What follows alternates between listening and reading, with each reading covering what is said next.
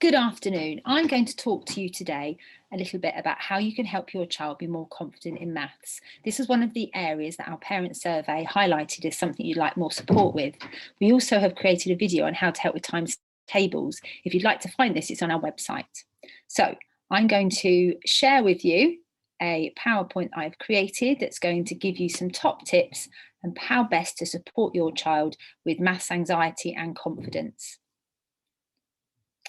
So, how does a child's confidence affect their mathematics learning? For someone who has maths anxiety, the anticipation of doing math prompts a similar brain reaction as when they experience pain, say burning one's hand on a hot stove. And there is a real fear around mathematics. We see it in adults, I see it in teachers when I deliver training, we see it in teaching assistants.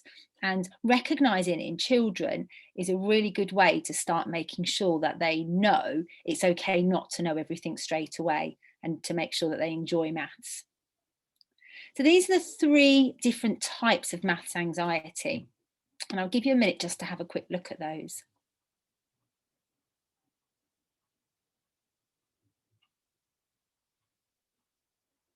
So maths anxiety can be put down to the deficit theory, where children have found some aspects in maths very difficult and it makes them feel anxious. And this could be because they're worried about getting it wrong. So children who don't have necessarily a growth mindset, if they're very much concerned about getting things right all the time, might focus on poor past performance and then associate that with those memories in maths, which is going to affect their confidence. Here, this is an interesting one, the reciprocal theory. So it's almost like a vicious circle where they feel dreadful about themselves in maths, so therefore they don't perform, and it sort of all comes around full circle. So what we make sure that we do in lessons is when we start our learning, we make sure that the first part of our lesson is always achievable for everybody, and then move on after that, depending where the children are with a particular concept. And here, this is a really interesting one. And this is a higher level of maths anxiety. And this is when we see children exhibiting behaviours to get out of it. And you may have seen that at home during lockdown when maybe they have found something more important they needed to do rather than do the maths that's faced. So just three different theories, I suppose, if you like, about maths anxiety, and they're really useful to help us think about how we can create those situations where children are able to feel confident and successful. So there is no such thing as a maths brain. I think in times gone by, we used to imagine that there were people who were good at maths and there were people that just weren't. And actually, what we've come to recognise is there are teachers who are good at teaching maths and allowing children to flourish and explore. And there are teachers who only recognise the right answer. And it's that latter form of teaching which has affected generations of children. So when you sit at a parents' evening, when you sit and have those that homework, every time you tell your child that you were never very good at maths, it almost reaffirms that then they won't be. And actually, we know this isn't true now. There is no such thing as a maths brain. So strategies, what can you do to develop confidence in your child? Be positive. No matter what job you do, you manage a home, you pay your bills, you have to budget, you pay for your petrol. And whilst our society is cashless or almost cashless in terms of the physical handling of money, we still have to measure how much liquid goes into a cake, weigh out some eggs. Maths is in everything. And if you can find the maths in everything and give those positive messages to children, it will help them see that they too can be mathematicians. Celebrate success no matter how small. It might be frustrating to you to sit with your child doing some homework and you may think, oh, one of my other children used to do this really quickly. But all children are different. So no matter how small, children need to feel that success. And it's that success that means they're more able to have a go next time. Encourage and celebrate mistakes. And that seems like a really odd thing to say. We know these happen when a child is working beyond what they truly understand and show how willing they are to have a go. We usually call them marvellous mistakes, or one of the things I might use in class is, oh, that's a brilliant mistake. I'm glad you made it. Because it's in that mistake that you can see their thinking behind how they've worked it out. And it often allows children to pinpoint their own errors. So the best way for a child to correct a misconception, something that they thought was true, is to see the error themselves. And we call that the growth mindset.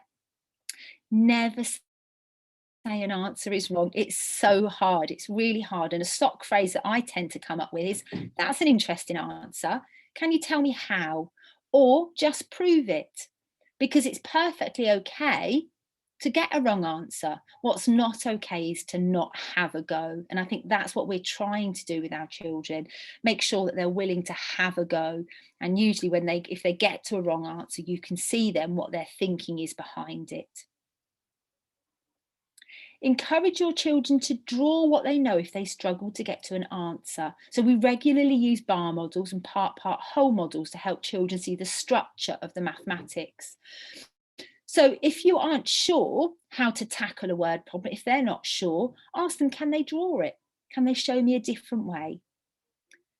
If you're not sure about this, about drawing what they know, on our website, there's a really useful section entitled Mathematics and Drawing, and it shows you the different ways that we draw the structure of maths in school.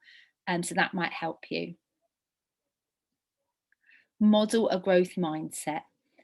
Research tells us that challenges which make us explain or think deeply our understanding help to commit the learning to our long-term memory. So we know a lot about how we understand how we learn now, and we talk about long-term and short-term memory.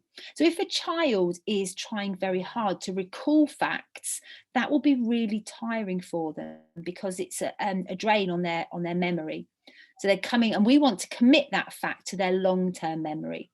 So what the idea of us is, we use quite a lot of quizzes in school to try and develop that fluency, that fact fluency. So children aren't always working in their short-term memory. They've got it already committed to their long-term memory. And what that means is, when you're working with your children, maybe aim for 5-10 minutes at first on mathematics and leave that session so it's purposeful and it's happy and it's fun. The minute it starts to become fun, say, let's come back to it at a different time. Let's come back to it when we're feeling fresher.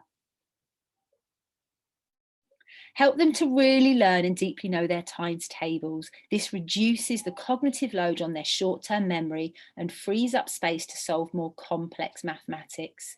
So I created a video last week looking at how we can help ourselves have factual fluency with our times tables. We talk about times tables all the time. Just having that immediate recall. If I know 6 times 4 is 24, then I know that 4 times 6 is 24. That discussion around the commutativity and how we can use our number facts to help us.